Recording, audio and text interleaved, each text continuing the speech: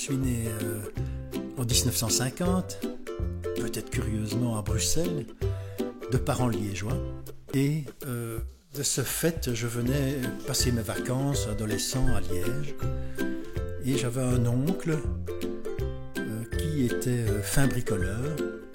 Et cet oncle m'a, si on peut dire, ça m'a vraiment captivé de voir ses réalisations, sa finesse dans le travail. Et une fois rentré à Bruxelles, une fois être descendu de la cave et rassembler quelques planches pour me faire un établi.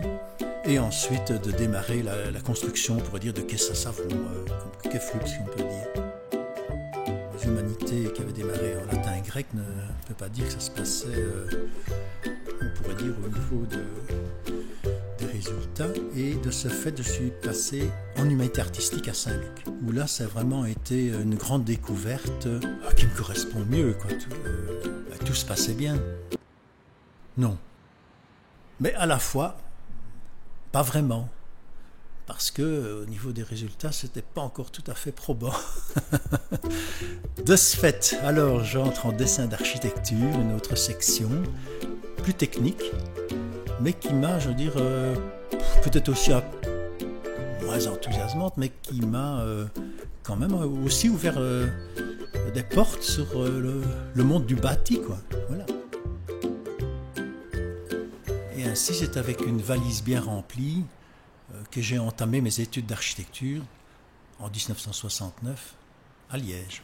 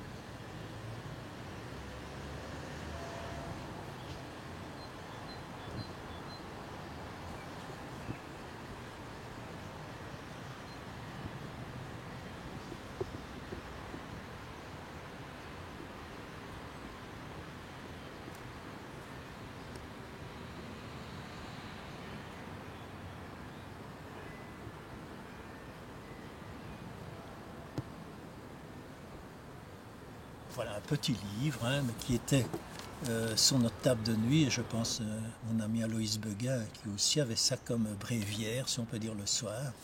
Donc ce sont des constructions sauvages, on pourrait dire sauvages, évidemment, immanquablement. Ça marque, on n'a pas les lignes épurées, on va dire, du mouvement moderne, si même des fois elles sont expressives. On pense à Charoun, que j'aime beaucoup, parce que je dirais que je suis peut-être, je n'en expliquerai plus après, mais autant j'ai moi aussi été fasciné par, je retrouvais un peu les cabanes de mon enfant, enfin oui, si on peut dire, ça paraît très gamin de dire ça à 68 ans, mais cela nous a marqué. On va dire c'est la maison de Robinson, Mais il y avait aussi, au-delà de la forme, c'est ça aussi qui est très important, parce que des fois on voit des images, euh, c'est évidemment, hein, vous allez dire oui, mais il faut bien avoir un, hein, la maison mitoyenne est plus économique, surtout qu'aujourd'hui c'est un peu ça quand même qu'on prône, c'est de revenir à des choses plus compactes. On favorise ici, c'est une forme d'individualisme, on peut dire politiquement, hein, chacun sa petite cabane, hein, ça ne va pas ici faire, mais ça peut questionner. Mais enfin, ce côté créateur qu'on redonnait, et ça Lucien Kroll, c'était vraiment au-delà de... Hein, c'est de redonner, oui, redonner, c'est un peu comme Beuys, on va dire, c'est de redonner aux gens cette faculté, même dans des espaces réduits, leur jardin, ou faire une rocaille, ou même aménager un grenier. On peut être créateur vraiment, rien qu'en choisissant des objets, en glanant des objets. C'est ce que je fais aussi. Enfin, je veux dire, j'ai une girouette, là, je veux dire, pour moi c'est une sculpture de Brancusi. Je veux dire, enfin, c'est aussi merveilleux que ça me nourrit, hein, que j'ai acheté à la brocante Saint-Folien. Et puis on va clôturer avec ça. Oui. Ouais. On va clôturer avec ça. J'étais aussi, c'est pas, hein, je pense ceci, je crois que j'étais toujours étudiant. C'est près de Marche, à Ouah, c'est le clocher d'Ouah, voilà. C'est ça, ça m'a un peu comme après, surtout que j'avais un ami, Michel Boulanger, passionné d'art primitif, ou des arts premiers, comme on dit maintenant. Mais cela, c'était avant. Mon ami Michel ne collectionnait, n'était pas encore.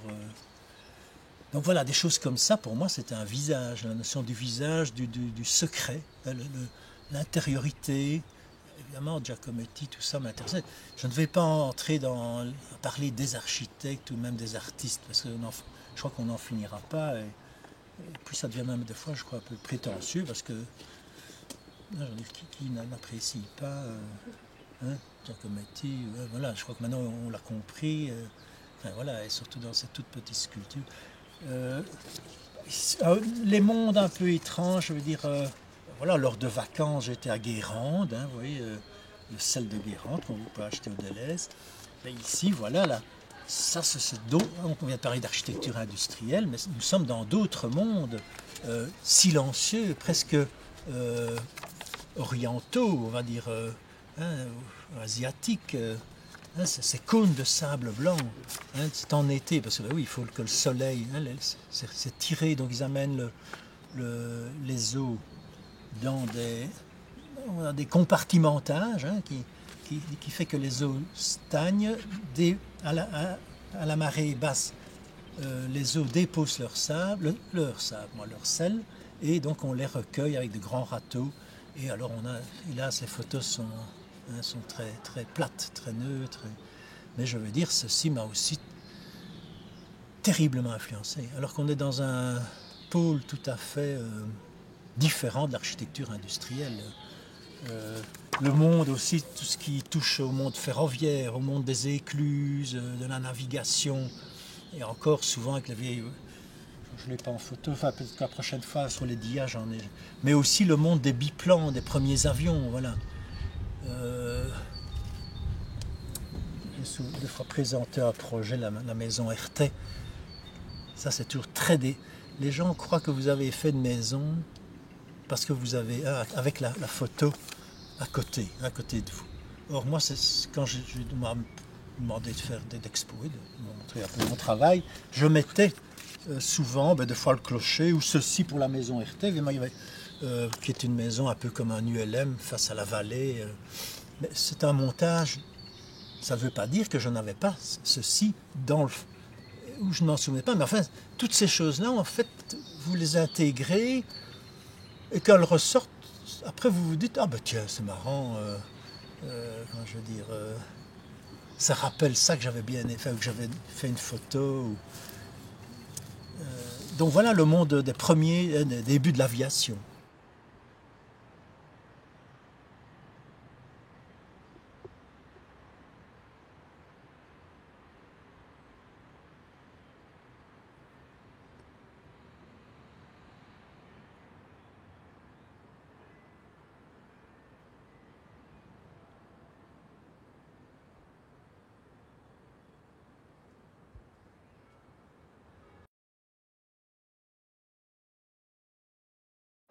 Oui, dans la reconversion de la mort des Anglais, il y a un peu une sorte d'expérimentation des éléments qui sont chers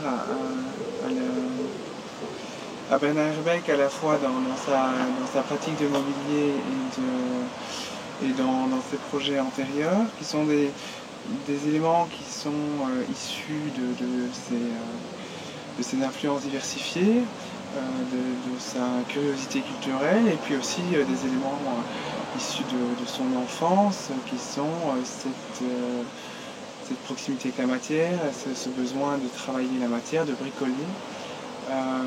Et en fait, tout ça se retrouve dans la Maison des Anglais, d'une part dans le processus d'autoconstruction,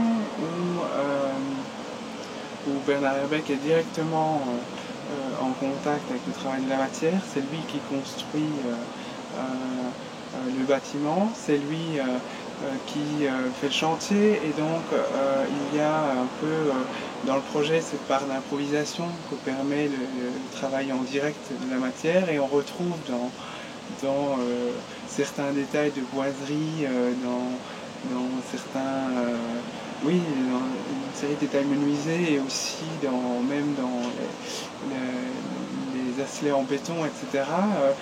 Cette part d'improvisation que permet le bricolage un peu intuitif, en l'absence de contraintes, quoi. Et donc c'est vrai que il y a un côté très travaillé et même un peu décoratif dans certains éléments du bâtiment qui révèle ce plaisir que Bernard Herbeck prend à travailler la matière, à bricoler de manière assez spontanée et libre. Et de même que au fur et à mesure du chantier, Bernard Herbeck va décider de laisser toute une série d'éléments constructifs apparents parce qu'ils sont là, parce qu'ils font partie du projet, de la construction. C'est des éléments qu'il assume pleinement et qui font partie de sa volonté d'exprimer la construction et la manière dont les choses sont construites. Et donc ça, c'est une sorte d'honnêteté constructive et de plaisir dans la construction qui se ressent très fort dans son projet. C'est un projet qui est très représentatif du caractère un peu bipolaire de Bernard Herbeck qui oscille entre un côté rationnel et pragmatique qu'il a cultivé dans le bricolage et aussi dans ses enseignements au travers de son volet dessin technique d'architecture qui lui a apporté une approche plus construite du métier. Et puis ce côté plus libre, plus rêveur, plus irrationnel qui est alimenté par toutes ces références culturelles et sa curiosité artistique qui amène un peu une part plus imaginaire dans son travail. Et donc les Anglais, je trouve, incarnent vraiment cette bipolarité à la fois dans la composition du plan. Et ça, c'est quelque chose qui sera récurrent par la suite. Bernard Herbeck a besoin d'ancrer son travail dans une composition de départ qui soit rigoureuse et structurée. Donc, c'est-à-dire qu'il va utiliser à plusieurs reprises l'axe dans ses plans, qui va permettre de départir les choses de part et d'autre, ou parfois c'est une rotule ou un noyau qui permet vraiment de structurer le plan, les différentes entités du programme, et d'avoir une composition qui, au départ, est finalement très rigoureuse. Et puis, cette rationalité se libère au moment du passage à la troisième dimension, lorsque Bernard Herbeck modèle un peu les espaces et la forme extérieure, où il va prendre certaines libertés formelles et vraiment se libérer de toute contrainte. Voilà, l'orthogonale n'est pas forcément la référence. Ce qui l'importe, je pense, avant tout, c'est que il y ait une sorte de correspondance entre la forme qu'il définit et l'usage, l'atmosphère qu'il veut définir à l'intérieur par rapport à l'usage. Et ça, c'est quelque chose qui rejoint un peu son humanisme aussi. C'est quelqu'un qui va apporter beaucoup d'importance à la manière dont on se sent dans ses habitations. Et le ressenti que peut avoir l'usager dans ses habitations, il est directement défini par les particularités morphologiques de ces habitations. Donc le fait de choisir une toiture en coque concave va créer une spatialité particulière, une introversion, un espace dans lequel on se sent bien, où il y a une certaine plénitude. À la fin de mes études, j'ai pu observer un travail donné par un professeur, Michel Boulanger, qui donc avait donné comme travail de réaliser un nouveau mobilier, si on peut dire, pour la cafétéria. Ce mobilier donc devait être envisagé évidemment avec des techniques simples, puisque ce n'était pas ne s'adressait pas à des ébénistes, donc des techniques simples, avec un matériel aussi assez rudimentaire.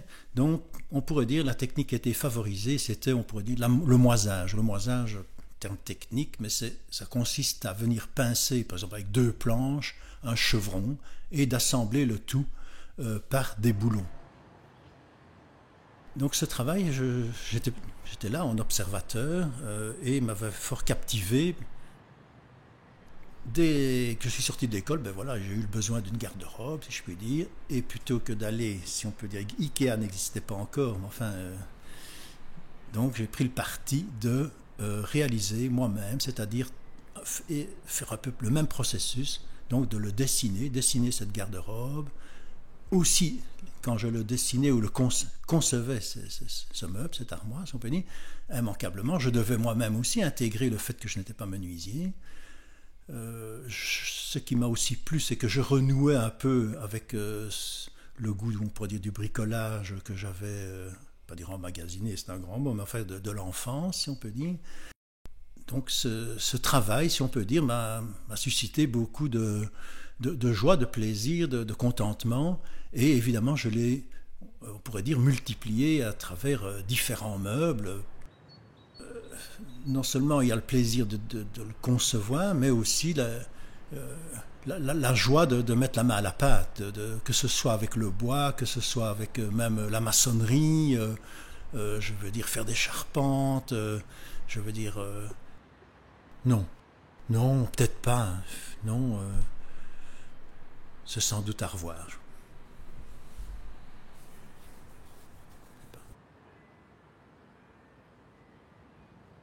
J'ai aimé ce que j'ai fait, je ne regrette rien. J'aurais peut-être bien aimé être charpentier ou même fermier. Charpentier au Moyen-Âge, c'est-à-dire sur les rêves, ou fermier, mais dans l'entre-deux-guerres ou encore dans les années 50. Et avec le recul, on pourrait dire que charpentier, je l'ai été peut-être un peu à ma façon, c'est pas tout à fait la même chose, mais à travers les meubles. Donc le travail manuel, je crois que j'ai pu guider mon métier, enfin, le métier d'architecte, je l'ai un peu façonné à ma manière. L'autoconstruction, ça m'a permis à certains moments d'être charpentier.